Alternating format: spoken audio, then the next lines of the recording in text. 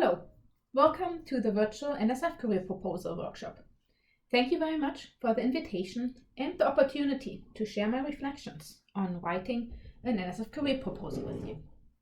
My name is Michelle Sander and I'm an Associate Professor at Boston University in the Department of Electrical and Computer Engineering.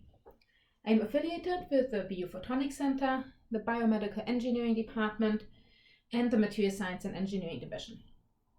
Thus, overall my expertise is in the field of engineering, in the broader area of optics and photonics in general, and I focus my research on light-matter interactions as well as novel laser, device, and also instrumentation design. So overall, my research fits very well into the NSF division of Electrical, Communications, and Cyber Systems, so ECCS, at NSF. And I've been supported by the Electronics, Photonics, and Magnetic Devices EPMD program. In the following, I will share my personal opinions and also advice that I have received previously that I found helpful. However, for writing your own proposal, it is really important that you find your unique style that best fits your specific area, whether this is in sciences, engineering, or other fields. So feel free to take these thoughts with a grain of salt. Let me give you a little bit more background about my research. So in my group, the Ultrafast Optics group, the main expertise is on the design of novel fiber lasers and studying nonlinear and ultrafast pulse dynamics that are associated with those. We are also investigating how the delivery of 2-micron light in particular from our own custom designed lasers can directly modulate any neuronal responses, and this can lead to either stimulation of action potentials or it can block and inhibit those. For my career proposal, I have been exploring label-free multidimensional super-resolution imaging platform that combines essentially innovative concepts in mid-infrared photothermal effects, nonlinear material responses, as well as ultra-fast laser dynamics. So the overarching aim is to detect very weakly absorbing features that can otherwise be easily masked, and we want to detect this with very high biochemical specificity and sensitivity. And the method we are using for that is to combine vibrational absorption analysis simultaneously with a thermal diffusion characterization. Overall, I've been very fortunate. We've been supported by multiple funding mechanisms overall in my group. NSF has been particularly supportive of some of the laser ultrafast pulse dynamic studies as well as with the career proposal.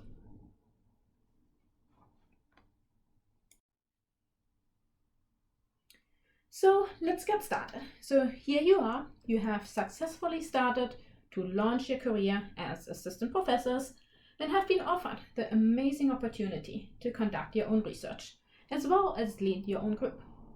So how do you best get started on your career proposal?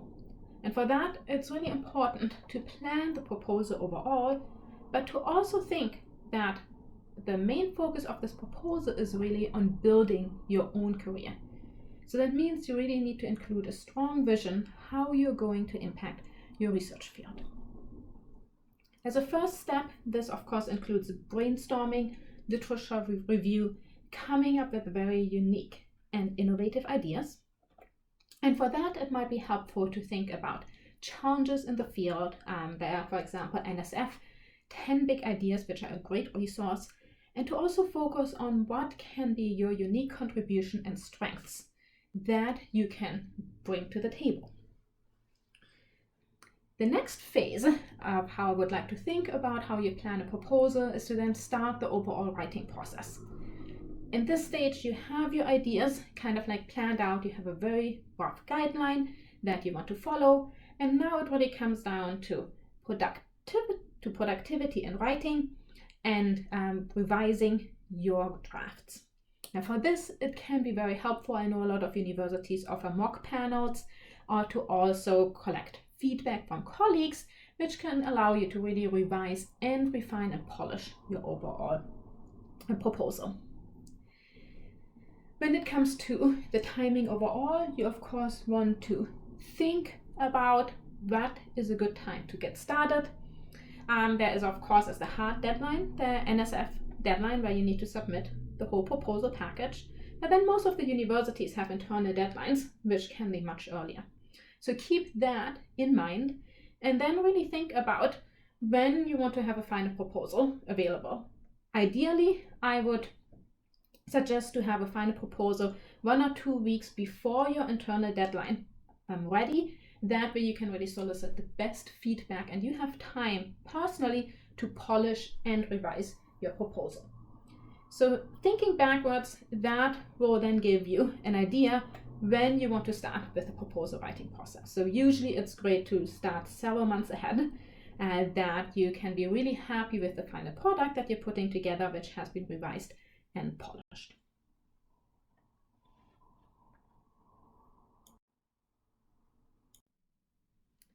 Next, I thought it might be helpful for you to share a potential structure, one that I have followed, as just a guideline how to put your proposal together.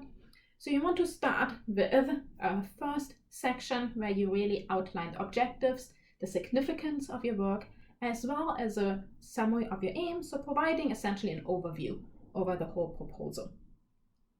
And next, I like to include a separate section on the motivation background, where I essentially compare my techniques or my innovations with state of the art and how that is being differentiated. And then the major part of your proposal really comes down to the research plan. For this, you might have a certain number of specific aims. For my career proposal, I like to cap that at 3 specific technical aims, which of course then included objectives and subtasks associated with each of those. And then in the following section, I outlined the educational and outreach activities that I wanted to pursue. Overall, the different aims were brought together in a timeline or some kind of project management chart, which includes not only the technical aims, but also the educational and outreach aims. If it is applicable, then of course you need to include a section on prior and current support, and overall keep in mind that you have a total of 50 pages available for your whole proposal.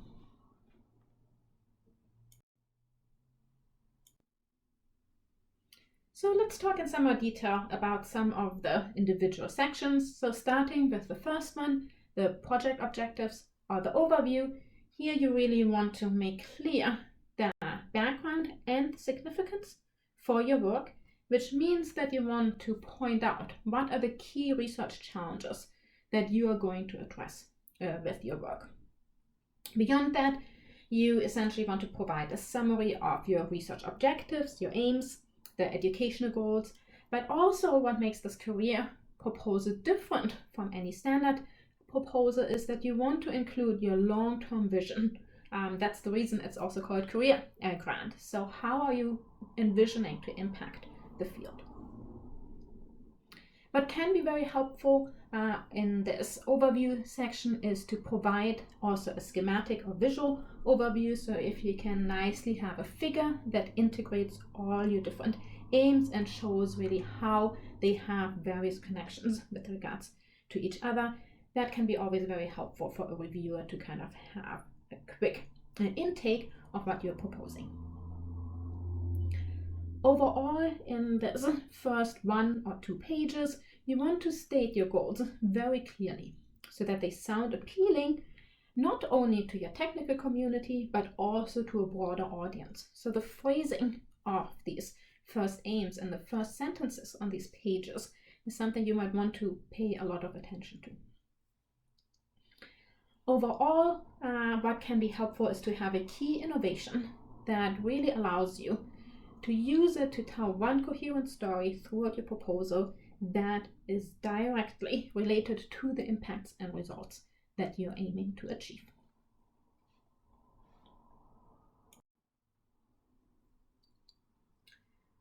Another really important section is the research plan. So it goes without saying that when you're proposing some new work, that you want to be creative, ambitious, and also very visionary.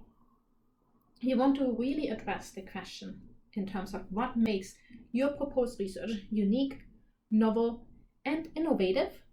So that means you really want to differentiate it from other people who might be in the same field, as well as also addressing why you in particular are uniquely qualified to conduct this project.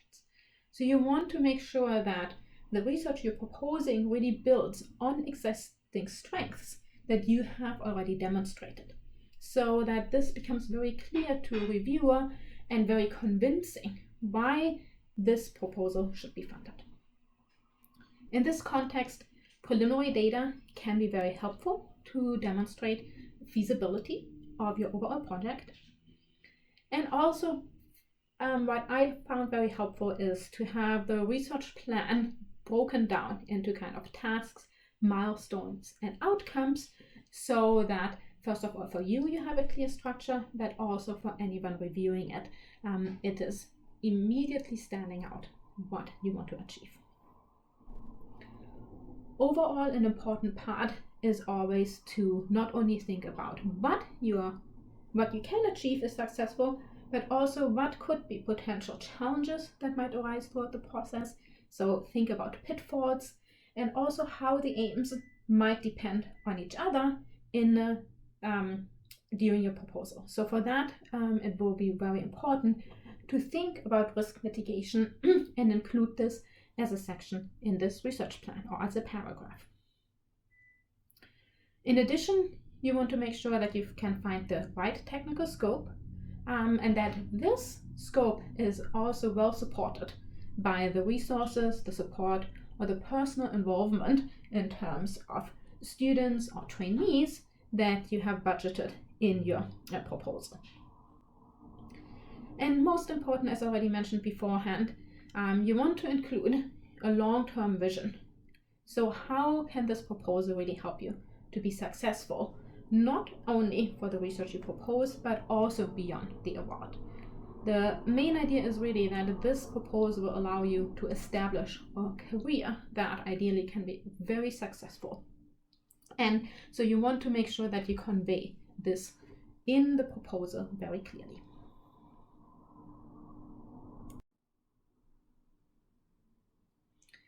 A very unique aspect of the career proposal is also the integration of research and education.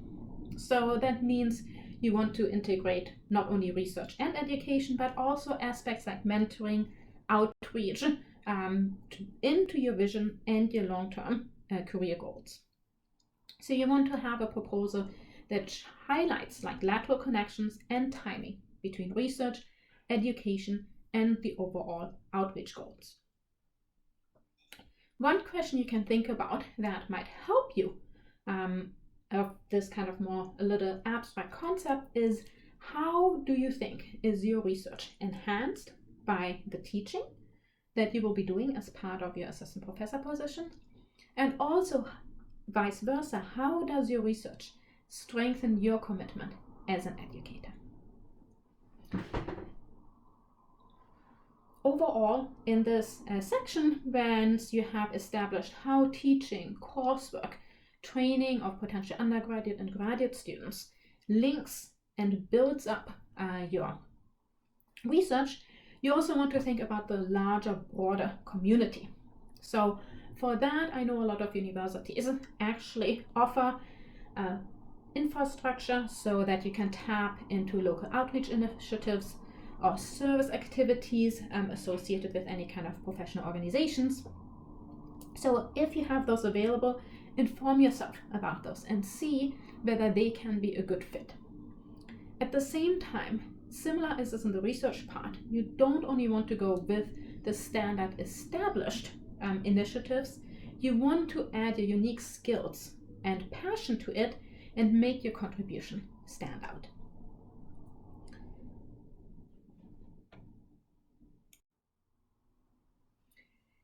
So now that you have discussed your unique story and how your skills really support that, the overall research project and also the resources available and how you're going to interact with the environment, what are additional things that you might want to consider?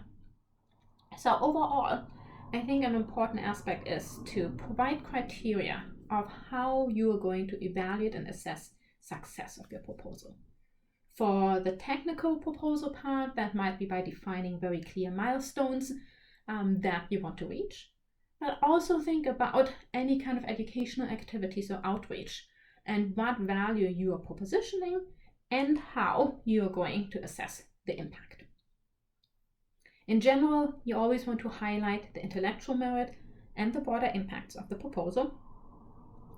And then I also want to challenge you to think beyond the actual proposal, writing about the visual layout and design of this proposal. Right? How can you be creative with, for example, section headings, font styles, right? So italics, bold, different types of writing styles, color, as well as underlining important parts to make the key points readily accessible. Overall, you really want to create a proposal which does not only feature technical excellence in terms of innovations that you're providing, but that is also very pleasant for a reviewer to read, and where one can very easily find the different aims that you're proposing, or for example, the most key aspects. That might mean that you might want to make sure to leave some white space in between. I know it is always very attractive to add as many technical details as you can into a proposal, but sometimes less can be more. Beyond the actual writing, it is, I think, a very good exercise to become familiar with the NSF proposal process in general. This can be done, for example, by volunteering to serve on panels to get an idea how the whole reviewing process is really functioning, and also to submit some regular proposals.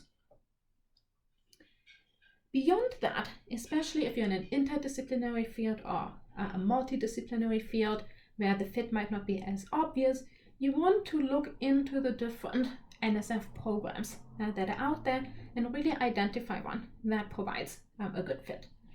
You can always reach out to a program manager with a one-page summary and ask whether this is something that would fit well into the program. And that might be a very good feedback from you as well. Overall, in general, one strategic consideration is also the timing. So when is the right time for you to submit this career proposal? Overall, I think you have 3 attempts to submit it, but you want to make sure that by the time you're submitting it, you can demonstrate productivity in the chosen field for your career award.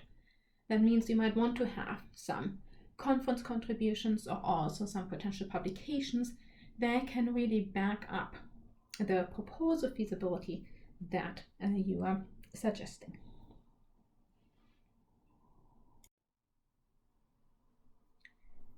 Then there are also aspects that go beyond the technical research proposal for that, especially if you're thinking back about the internal submission deadline. There will be a lot of additional administrative paperwork that needs to be done and taken care of, especially with submission times for the career proposal during the summer months, where some administrators or other people might be on vacation or not as easily accessible. Make sure you budget enough time. In addition, you might want to obtain letters of collaboration, whether for the technical aspects or also for any kind of like outreach activities. If you're, for example, collaborating with any kind of local school, keep in mind that school years end early, so you might need to contact them before the end of the school year already. Further, a letter of the department chair is required, and if you're submitting a budget that includes equipment, you need to provide a quote for that as well.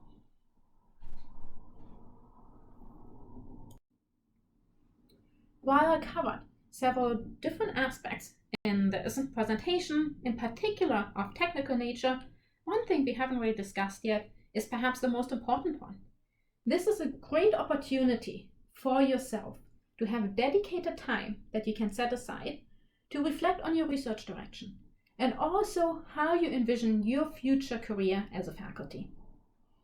Especially, I think the career proposal challenges you in a way to consider what are the areas beyond your research for example in teaching, mentoring, and outreach, that you are passionate and enthusiastic about?